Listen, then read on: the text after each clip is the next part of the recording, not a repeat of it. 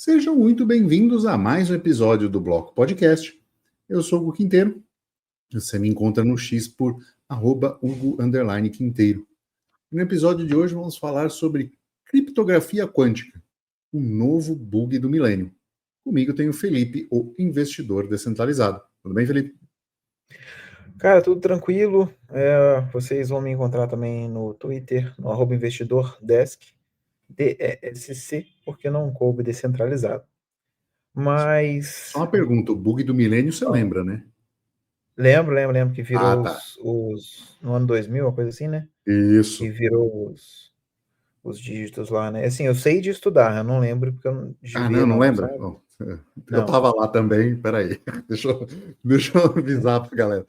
Cara, o bug do milênio foi o seguinte. Alguns computadores, principalmente no DOS, eles chegavam em 99 e o 00 eles achavam que era 1900. E isso poderia dar uma série de problemas, né? Principalmente em caixa eletrônico e coisas assim, que poderiam simplesmente sair cuspindo dinheiro, enfim.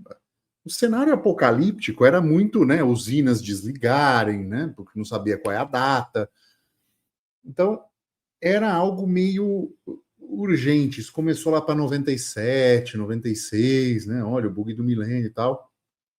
E quando foi chegando perto, era até diferencial de venda. Então, olha, esse microcomputador já está preparado com o bug do milênio, para o bug do milênio. Então, houve essa corrida mais noticiada, né? Mais assim, inflada pelas notícias do que propriamente um problema, né? Já vinham se desenvolvendo softwares, foram feitas atualizações em sistemas mais antigos, e o ano virou 2000 e a coisa foi bem tranquila. Quase nada parou por causa disso, tá? Já estava todo mundo muito preparado para isso. Mas agora nós estamos numa questão de criptografias quânticas que sejam resistentes à quebra quântica, né, nos modelos atuais de computadores quânticos, e precisamos estar preparados para essa migração. Como ela vai acontecer? Aí é o Felipe que vai começar a trazer. Eu só queria fazer esse disclaimer do que era o bug do milênio. Não, ótimo. Tá tranquilo. Eu acho que assim, ainda é válido a gente trazer nessa breve introdução acerca da questão da computação quântica. Só para começar, né? Ninguém aqui é especialista em computação quântica. Eu não tenho pós-doutorado nisso. Eu não vou ensinar teorias de Einstein nem nada, tá? A gente vai estar só trazendo à tona alguns temas que são pertinentes nesse meio, né? Com uma abordagem simples e fácil de entender, né? Enfim, antes que surjam os cypherpunks aí, né? Enfim, ó, vamos lá, vamos começar a colocar isso na sua cabeça. Você já ouviu, né, falar de computação quântica, né? Mas todo mundo já ouviu falar disso, mas não consegue entender como que isso seria, às vezes, né, uma ameaça, né, ou como que afeta a segurança no caso do Bitcoin e algumas outras aplicações, né? A grande ideia nossa hoje seria, então, explorar um pouco, né, de tecnologias mais avançadas, né, falando especificamente da computação quântica, né, e como que alguns recursos que existem hoje, né, que é o que a gente vai comentar muito também nesse episódio, é acerca da nova Trezor, né, que veio com segurança, contra a computação quântica, mas tem alguns detalhes no meio que a gente vai abordar também. Explicar que não é porque ela vem com segurança contra a computação quântica que você consegue, né, vai comprar ela e tá livre de tudo. Não, não é assim, não. Então, assim, a gente vai explicar basicão como que isso funciona, trazer alguns temas que são importantes para você conseguir entender um pouquinho de onde que está vindo essas críticas que a gente está fazendo, o que é que a gente quer abordar. Olha só. É, acho que quem quer aprofundar um pouquinho mais entender essas questões mais criptográficas, os detalhes, tem as duas entrevistas com o Koff-Nix aqui, que ele fala de maneira muito mais técnica o que a gente está trazendo em termos de, né, do que está sendo quebrado, o que é, enfim, qual a importância de migrarem para sistemas resistentes à quebra quântica, né? Exatamente. Então, vamos lá. A computação quântica, ela é como se fosse um tipo de computação que vai usar princípios da mecânica quântica para processar informações, permitindo, então, com isso, resolver alguns problemas que os computadores de hoje, os computadores que a gente usa, eles não conseguem solucionar. Então, sim, virá muita coisa boa disso, tá? Essa capacidade, ela pode ser usada, então, para quebrar algumas criptografias clássicas que estão em uso hoje, como, por exemplo, as chaves privadas do Bitcoin, comprometendo, então, a segurança das transações e a propriedade dos fundos. Como E assim? pequeno Uau! parênteses, tá? Assim, Ah, não é só a computação quântica capaz de quebrar criptografias, tá? A computação tradicional também é. Por isso que sempre algoritmos de criptografia evoluem. O SHA-1 não é seguro, já foi quebrado. sim, O sim, SHA-2, né? Então,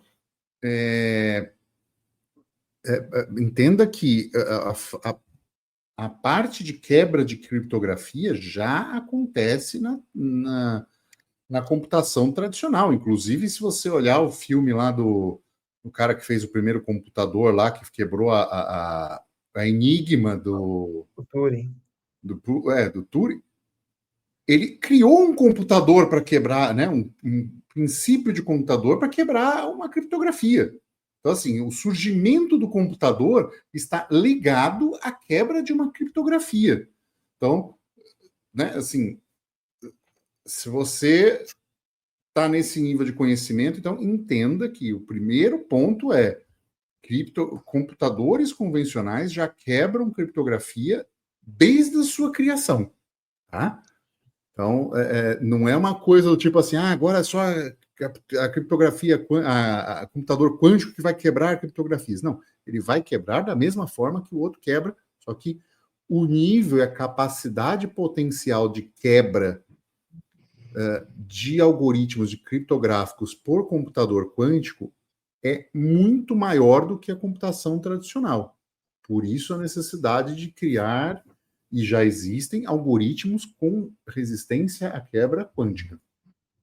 Pronto. Então, exatamente. A grande questão é essa, né? O computador quântico, ele é tão mais eficiente, é tão mais rápido que, tipo assim, ele consegue rapidamente quebrar, né?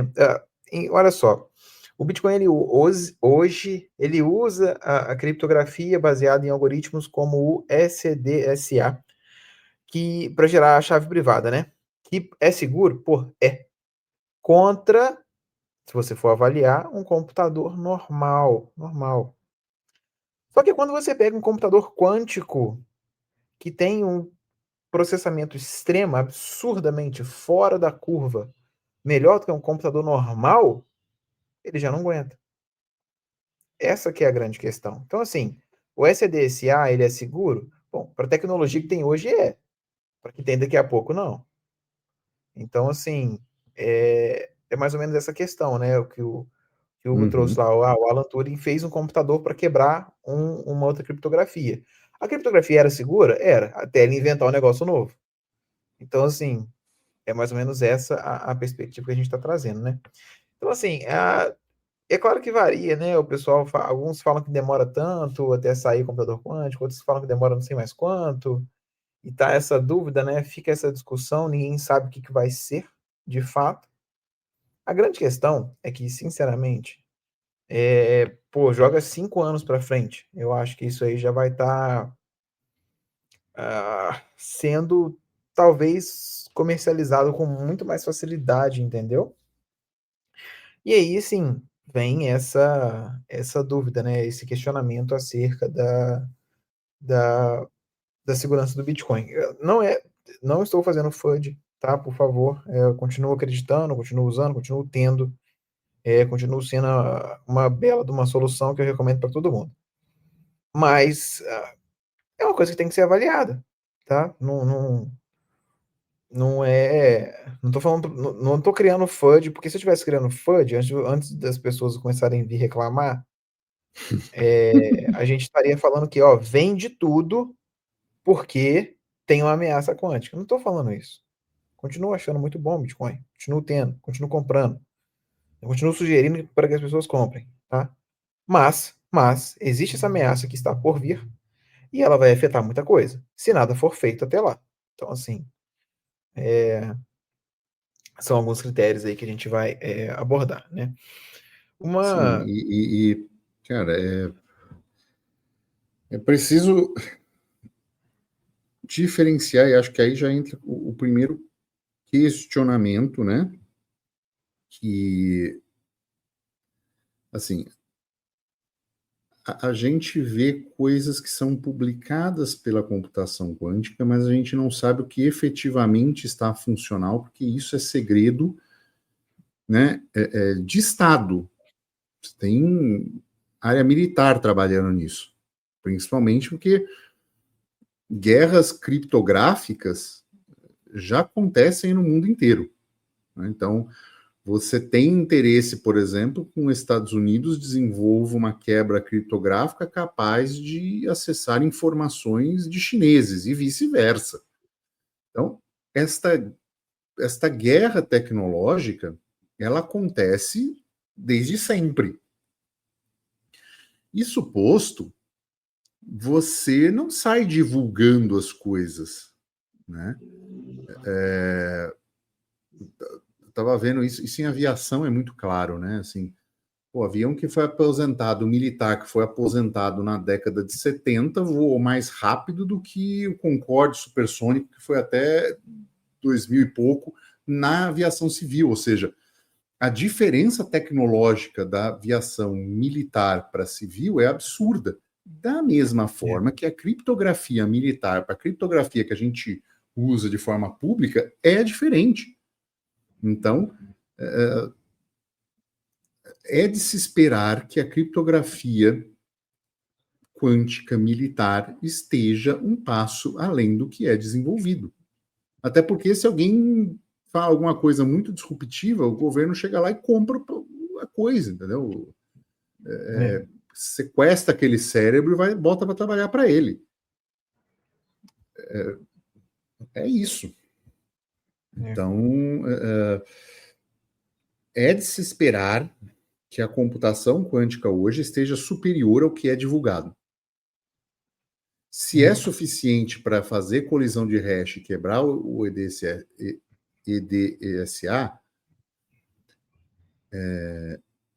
não sabemos. Mas também não sabemos como foi capturado aqueles 100 e tantos mil bitcoins recentemente pelo governo dos Estados Unidos. Ele alega ter e movimentou as carteiras. A gente não sabe se foi isso. Né? A gente não sabe se foi um problema de entropia fraca, né, na geração das chaves, que foi aproveitado. O que a gente sabe, pode falar aqui, com dados que a gente sabe, o prêmio para quebrar a criptografia do Bitcoin vem aumentando com o tempo. Como? Com o preço do Bitcoin. Então, se há 15 anos atrás não valia a pena você quebrar uma chave de Satoshi que tinha lá, estou supondo, tá? Estou colocando um número aleatório, tem 1000 bitcoins, porque aquilo lá valia $1000, hoje já tem muito dinheiro envolvido. Já começa a valer a pena. Então, já começa a ter gente querendo, né, mesmo com computadores comuns, tentando ver se não foi gerado com baixa entropia as chaves. Já tem gente testando isso e rodando, né, e se apropriando de fundos. É um ataque que vale mais a pena do que o de 51%, por exemplo. É mais barato até, eu acho. Muito mais, muito mais. Ele você roda com GPU na tua casa e fica buscando chaves para ver se, né, consegue, se uma foi gerada com criptografia baixa para conseguir acesso àquela chave. E a gente não sabe, por exemplo, se aquelas baleias dormentes não são isso. Né? É. Isso não tem como saber. Mas há uma possibilidade que seja. Né? Porque a gente sabe que versões antigas do Bitcoin, né, até a 0.9, foram utilizadas livrarias de entropia do Android, e é uma falha, Android não, desculpa, do Linux, e foi uma falha detectada que aquilo gerava entropia ruim. Né? Então, existem chaves vulneráveis na rede, que são quebradas criptograficamente com computadores tradicionais, e existe esse grande prêmio que, mesmo com as chaves boas, podem ser quebrados com computador quântico. Então, existe sim esse prêmio, né? Esse honeypot sendo construído, principalmente por causa do preço atual do Bitcoin. Se continuar nessa tendência e subir mais ao longo do tempo, mais vai valer a pena colocar tempo e tecnologia, desenvolver tecnologia para isso. E aí entra num outro ponto, né? É por isso a importância de ter um software que se atualiza ao longo do tempo. Né? A gente fala disso no Bitcoin para ser algo preventivo e não corretivo. Né? Por exemplo, as carteiras que foram comprometidas com CoinJoin e marcadas, qualquer resolução que venha acontecer para elas hoje é algo corretivo, não é preventivo. Preventivo era a gente há 3 anos atrás com um podcast dizendo, cara, isso é ruim, pode, né, CoinJoin pode levar as pessoas a marcarem bitcoins e ter a fungibilidade pior. Quando aconteceu, já não é mais preventivo, é corretivo. Então, uma quebra quântica, ela precisa ser preventiva por muitos anos. E a gente está falando o quê? Quanto tempo demoraria isso hoje? Porque hoje isso não é nem debatido no Bitcoin, em termos de código, de produção de código e de soluções. Quanto tempo isso demoraria para de fato implementar? Né? Porque o EDSA é o que deriva obrigatoriamente o SHA-256. Ou seja, trocar ele significa não utilizar mais o SHA-256. O que significa ter que trocar todos os ASICs de mineração. Então precisa coordenar, né? Seria desenvolvedores decidirem qual algoritmo. Olha, nós vamos fazer a mudança para o algoritmo pós-quântico. Qual algoritmo? X. Nós escolhemos o algoritmo X. Então, qual é o algoritmo de mineração? Algoritmo Y. Aí avisar as fabricantes, olha, daqui 3 anos, 2 anos, nós vamos mudar para esse algoritmo aqui, tá?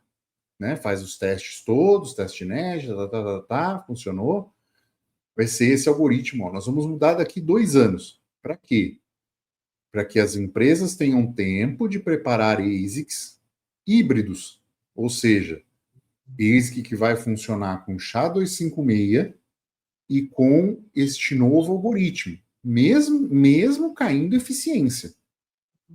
Então vai cair eficiência nessa geração, faz-se a troca, os ASICs continuam funcionando, e aí depois vai ter versões exclusivas só com o novo algoritmo.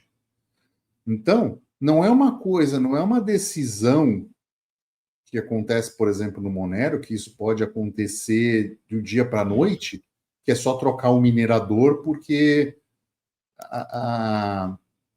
fazer uma nova versão do minerador e ponto, porque todo mundo minera com processador e vai continuar minerando com processador.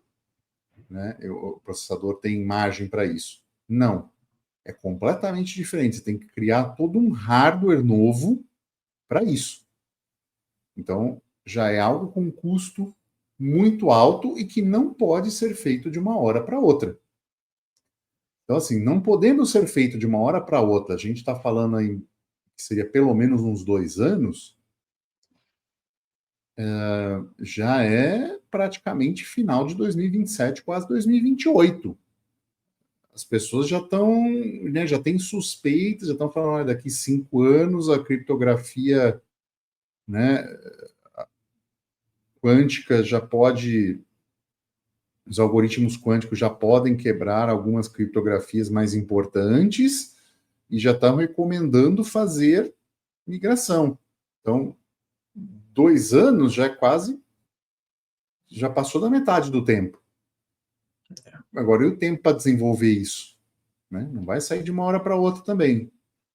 Então, seria mais um ano, final de 2028, quase 2029, já está no fim sabe? Já está atrasado. Essa que é a verdade, para falar disso. E isso aí, que ser corretivo, vai ser um caos para a rede. Isso é o tipo de coisa que corretivo é absurdo. Assim, Mas o grande problema é que, assim, eu acho, se isso tiver que ser corretivo, você já perdeu a guerra. Porque... Certamente. Pensa Muito que bem colocado. ocorra, de alguma forma, qualquer que seja, quebra por conta de algum algoritmo quântico. É uma só, para todo mundo pular fora. Para você quebrar a confiança. Se tiver que ser corretivo, é porque acabou. É só para não falar que ninguém tá tocando foda-se. Porque não tem como. Eu vou comentar um negócio, cara. Essa questão do governo americano anunciar esse confisco todo e ter transferido as carteiras, não falar como fez, mas me gerou uma desconfiança que eu não entendo como isso não fez preço. É muito bem colocado, porque eu também fiquei assim. Da mesma forma que eu fiquei muito mexido, né, com o negócio do Monero, com a Cubic lá e tudo mais, né, quando tava acontecendo e tudo mais, você fica na dúvida, né? Sim. Eu fiquei com isso daí. Eu falei, cara, porra, como assim, cara? Que os caras metem a mão num monte de Bitcoin e ninguém tá falando nada. Tipo, sabe, ninguém tá se perguntando, ninguém tá estudando como resolver, ninguém tá assim, não, vamos botar uma equipe aqui para ver, porque, né, eu tô pesado em Bitcoin eu tô com muito de dinheiro nisso, então eu quero saber o que que é. Não, filho. Tá. O governo americano pode e não abala a confiança. Isso aqui é muito louco, né? Assim, de preço. Então, foi algo realmente que tá mexendo comigo, cara. Eu tô muito, sabe? Porque isso é um indicativo, em última instância, de uma bolha. Se os caras realmente fizeram isso, estão confiscando por fragilidade de protocolo, né? De protocolo não, mas de geração de chave, né? De criptografia. Se eles fizeram isso e isso não mexeu no preço, ou não levou pelo menos uma corrida para atualizações, sabe? Tipo, de ser divulgado, tá todo mundo quieto, aprendeu. E aí, como é que foi? Ah, não sei, eles declararam que aprenderam, mas alguém transferiu? Tá? Não falaram nada. Pô, como assim? E tem gente falando assim, pode ter sido um hack que eles aproveitaram. Pera, pô, pior ainda. Não, para só. Pode então, assim, not your keys, not your coins, acabou. E tá todo mundo noticiando como se nada acontecesse e beleza. Não, né? Então, Não, ficou muito complexo. Às vezes não fez preço porque isso não foi divulgado ainda como que aconteceu, entendeu? Porque foi assim, é aquela coisa, né? A gente estava até discutindo isso, acho que foi contigo que eu discuti isso, que eu te falei, tipo assim, às vezes eles realmente conseguiram meter a mão na carteira nas chaves, né, em si, do, do pessoal que hackeou lá e tal, e pegaram somente isso, né? E pegaram o que eles de fato tinham acesso, porque eles pegaram as chaves. Ou, uma outra sugestão, eles conseguiram com algumas chaves públicas lá e mais alguns negócios que eles tinham lá, tipo, conseguiram acessar, eles tinham uma chave privada parcial, alguma coisa assim. Aí eles conseguiram chegar na chave privada completa. Tipo assim, é, são coisas complexas, são coisas assim a serem avaliadas, mas ainda assim não é um hack e não é uma aplicação de computação quântica para fins de quebra de segurança, né? Então, assim, se fosse de fato isso, a gente tem, assim, pô, beleza, o pessoal gastou um tempo, gastou energia, gastou recurso para conseguir fazer essa quebra, beleza, assim, acontece, né? Se alguém for fazer, vai acontecer mesmo. Mas se for mesmo, né? Se fosse comprovado que foi um uso de computação quântica, aí é o que a gente estava falando, né? Tipo assim, aí já é guerra perdida, medida vai ser pura e unicamente remédio, tá? Porque a doença já vai estar instalada. E aí, assim, quem tiver mais acesso, quem conseguir alguma coisa, talvez possa, né, se utilizar desse acesso para tentar fazer isso ou aquilo, né? Então, assim, eu não acho que foi ainda não, porque não só isso não foi divulgado, né? Não que teria que ser, mas porque ninguém fez com mais nada, sabe? Com mais nenhuma outra coisa, não testou em outra coisa. Se você tem acesso a uma tecnologia dessa, tipo assim, pô, você não vai tentar quebrar a carteira de Bitcoin de alguns hackers ali. Se você tem acesso à computação quântica que está de fato quebrando criptografia, você vai fazer um ataque, porra, Mor na Coreia do Norte, ou você vai descobrir as chaves das bombas atômicas da China e fazer elas se explodirem sozinhas. Sabe? Vai ser uma coisa assim. Não vai envolver só dinheiro, sabe? assim, De é, menos dinheiro. o que que a gente vê na história, assim? O Estado não precisa de dinheiro, É, né? Então, assim, por que que estados têm ouro? Poder. Porque se os Estados Unidos tivessem realmente essa questão toda, ter pego chave mesmo, colisão de hash que seja, ah, eles não falariam, mas o poder dentro da rede que eles teriam é muito grande. E eles não divulgariam esse poder, porque se divulgar esse poder, aí sim o é, preço, né, colapsaria, eles teriam centenas de milhares de nadas, né? Quando na verdade eles têm centenas de bilhões de dólares quase. Então, em potencial, né?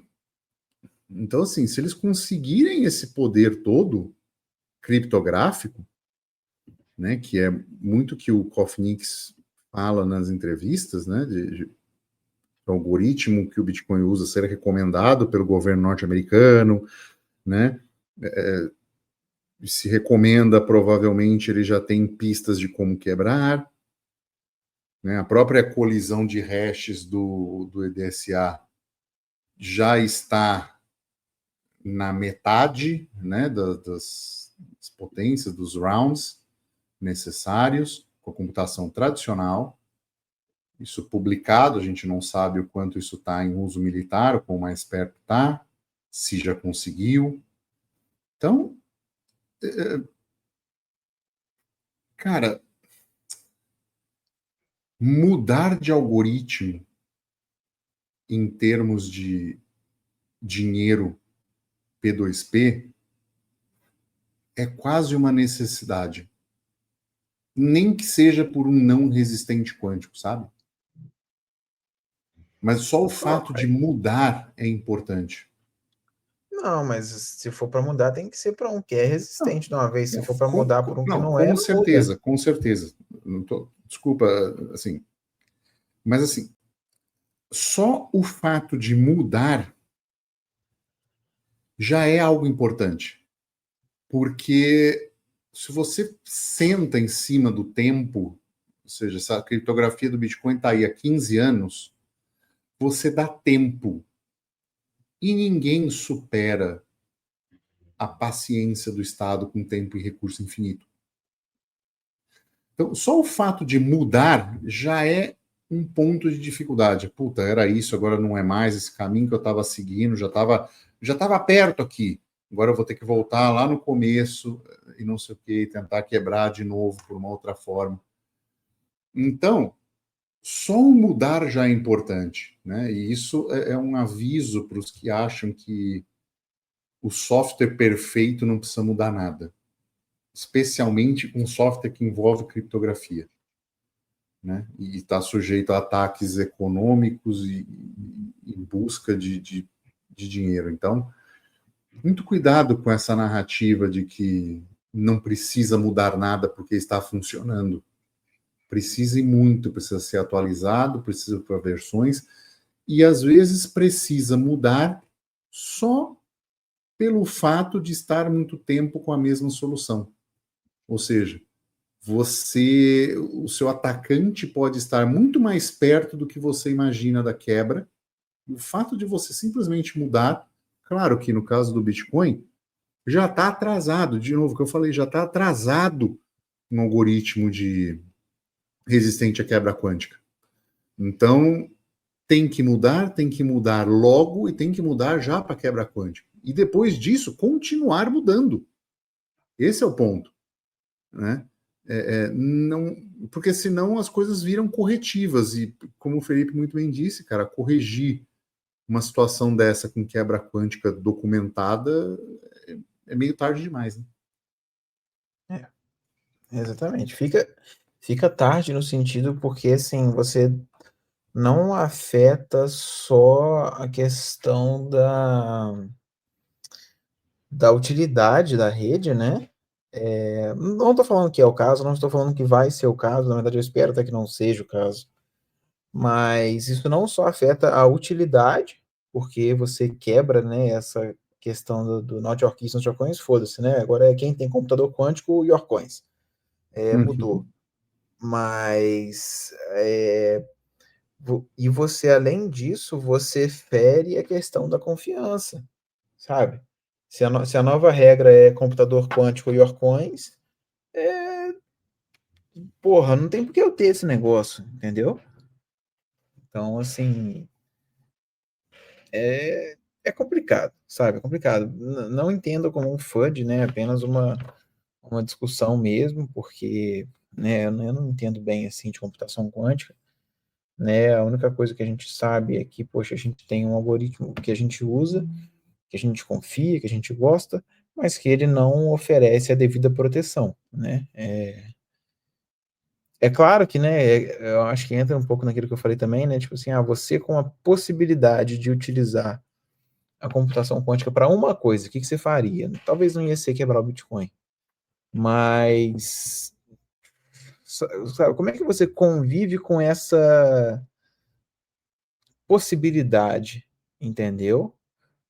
Você vai conviver esperando para que isso aconteça, sabe?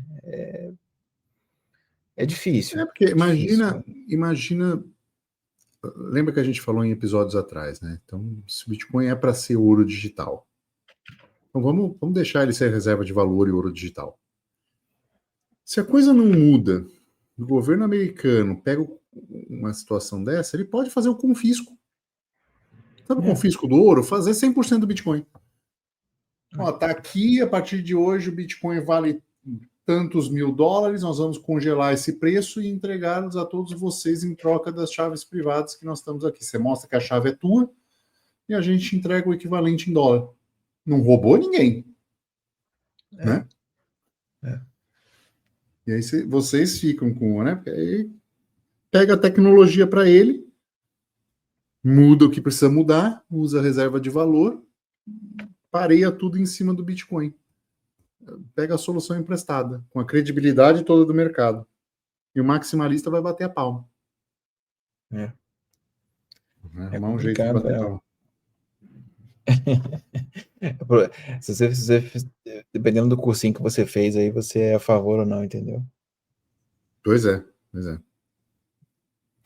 Cara, é complicado. Enfim, um detalhe, né, que é interessante a gente abordar aqui, que eu falei no início que a gente ia falar, né, que a gente já está tendo, né, é um exemplo da Trezor, a gente não tem parceria com a Trezor, não ganho nada para falar da Trezor, né, mas a Trezor nova, ela veio com o novo algoritmo, eles lançaram acho que 2 Secure Elements nela, e ela já tem uma programação feita para ser resistente a esses ataques de computadores quânticos, etc.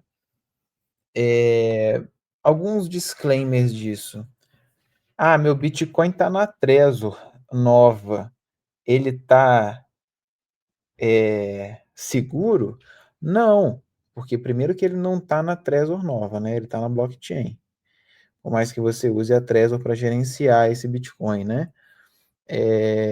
E segundamente, a blockchain do Bitcoin, se ela continuar como está hoje, né, sendo não resistente à computação quântica, você pode colocar e usar a Trezor que for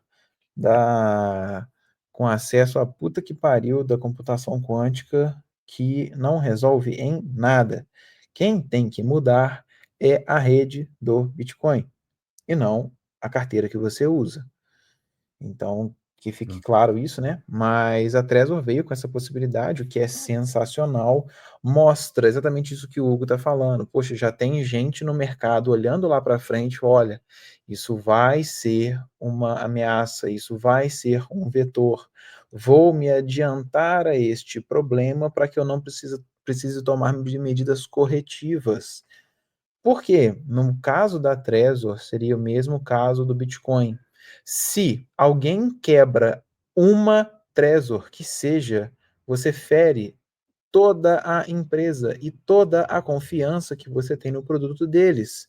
Igual ocorreria com o Bitcoin se fosse o caso. Se você, com computação quântica, quebra uma carteira, você quebra praticamente toda a rede e acaba a confiança no mesmo. Olha, Então, desculpa te cortar, mas só um negocinho. O Cofinix acabou de postar sobre isso, até me mandou o post. Eu vou ler um trecho que vale a pena. No fundo, toda essa conversa sobre hardware wallet preparada para PQC, né, pós-quantum, não passa de uma abstração de marketing construída sobre a ignorância técnica. Se o hardware depende de firmware, se o firmware depende de software, e se o software é mutável, então a segurança não é material, é teórica. É a velha ilusão da segurança delegada. E a única forma real de confiar, quando não se confia em outro ser humano, é construir tudo com as próprias mãos. Um sistema operacional confiável é como maionese.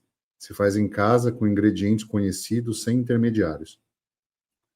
Puta paulada, bicho. O post inteiro é uma paulada, assim, não muito só... bem aproveitado e observado, né? Sim, e não só sobre o que a gente acabou de falar, né, da necessidade dos softwares básicos, né, das redes básicas mudarem e para essas tecnologias, como esta criação falando de uma questão apenas de marketing, né? Olha, está pronto, olha, nós fizemos, nossos chips estão prontos para receber atualizações. Tá, né? É meio que o de menos se a coisa colapsar em cima de uma colisão de hash. Todo mundo vai estar pronto, né? É. Não, e sim, e muito bem observado é isso, né? A jogada de marketing, que era mais ou menos o que eu estava falando aqui, só que não com essas palavras, né? Tipo assim, ó, beleza, a Trezor pode ser o que for, mas o Bitcoin que tá lá dentro não é nada, tá? Então, Exato. assim, não é resistente a porcaria nenhuma, não. Então, assim, você pode ter a Trezor, pô, resistente ao cataclisma, né? Não interessa, não, filho. Sim. que tem dentro dela ali não segura, não. E com essa feliz coincidência, né, assim, de eu ter recebido esse post, assim, nos minutos finais da gravação, a gente vai chegando ao final de mais um episódio, né? Deixe seu like, deixe seu comentário, diga o que você pensa sobre essa questão toda, né? Se o Bitcoin está atrasado, se não está para isso, né? E por que não está atrasado ou por que está atrasado, é importante a gente saber, tá bom? E é isso. Ficamos por aqui e tchau.